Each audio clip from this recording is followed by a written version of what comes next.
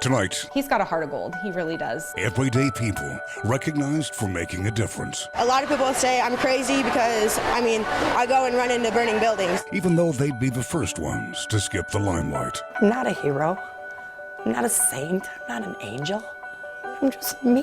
For the next half hour, Life is a gift, and I refuse to have it be anything else. a WOWT 6 News special, Heroes Next Door.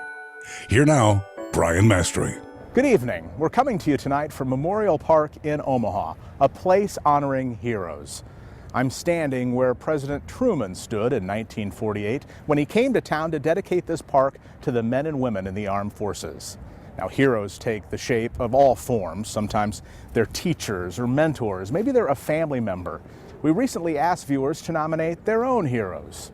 We begin tonight with Aaron Murray and the Bellevue kid with a new sense of focus. Inside Bellevue Elementary, Before you start, make sure you check with me. fourth grade teacher Monica Yvonne goes over strengths with each of her students. Adding and subtracting fractions. And to balance things out, they also identify areas of improvement. I'm not sure. I don't know. For Ethan Potberg, it's focus. Is it sometimes hard to focus? Yeah, especially for me. Yeah, why? Because I have ADHD. He bounced around a lot. He was all over the room. He was up and down. So Ethan's parents spoke to his teacher about ways to help him focus. One suggestion was if she wanted to bring a yoga ball and get one for him, he could absolutely have that in the classroom. Which is where his yoga ball bounced in. Why do you like the yoga ball as opposed to sitting in a chair? Because it's better to bounce and bounce and bounce and bounce. More and bounce. fun? Yeah. Kind of does it let you get some energy out? Was it hard to sit in a chair? Well, yeah. But then the unplanned happened. Oh my gosh! Ethan overheard something else in his parent-teacher conference that stuck in his head and his heart. We were talking about how I could bring a yoga ball in to sit on. And then she said, well, if I could buy yoga balls for everyone, I'd do it.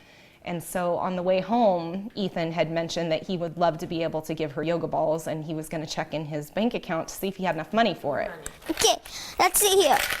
The only problem? 5 plus 9, 14. I have $14. His piggy bank was not holding the kind of dough it would take to buy yoga balls for his whole class. So he decided to rely on a different kind of dough to fund the problem.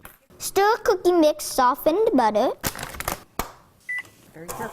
A few batches of cookies, a GoFundMe page, Success! and a YouTube video later, Ethan reached his goal, buying every kid in his class a yoga ball. Yeah, there you go. He's very proud of the fact that he's different than other kids. He learns differently, and that's kind of a fun thing to have that sort of a role model. Not all ADHD kids are like that. A lot of times there's a stigma behind it. Any kind of stigma, shut out.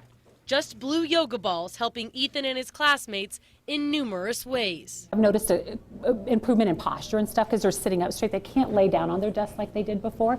They'd have to sit up straight and tall. More bouncing, but also a lot more focus. Remember all that compassion from a fourth grader. Wow. Our Heroes Next Door special continues with an example of Mother Knows Best. Lena Tillett walks us through healthy living. A year and a half ago, Jill Mysick says you couldn't get her near a kickboxing class. I couldn't see during those dark times of grief how possibly life could get any better again. Her mother, Sherry, had just died after months of brutal chemotherapy. But despite her own failing health, in her final moments, Sherry focused on her daughter's well-being. She asked me to promise her that I would get back to losing weight and being healthy again because she didn't want to have to worry about me. Jill was at her heaviest then, more than 250 pounds. The stress of taking care of her dying mother, reinforcing unhealthy eating habits. It was my reason at first, when she became sick, that I stopped going to the gym and stopped eating healthy, and then it quickly became an excuse. The difficult part of losing weight and regaining her health, getting started. But Jill never thought she'd get the inspiration that she needed at a local grief support group here at Countryside Community Church. I thought I was good. I thought I was doing well. And I don't know, a couple months afterwards, I finally came to realize I wasn't doing well. At the support group, Jill met Patty Newman, who had also lost her mother to cancer just 2 weeks after Jill did. There was something about her. I just thought maybe we should just talk. Patty, a nurse and former trainer, decided to help. At first, it was really just more, I think suggesting exercise ideas. Patty helped flip the switch in me that I didn't even know I had. As the pounds dropped, their friendship grew, and it became clear Jill's quest to lose weight helped both women in their grieving process see joy again. Jill and I will never love our mothers any less. It's just, now we can smile, though, and say we know that they would be proud of us. In 1 year, Jill lost 110 pounds. We often hear about the failures of foster care, but what about the successes? Dave Zavolinsky reminds us that all that counts is family. 10 years ago, this man and this woman were complete strangers. I was in a lot of trouble, hanging out with the wrong crowds, not really caring for her future.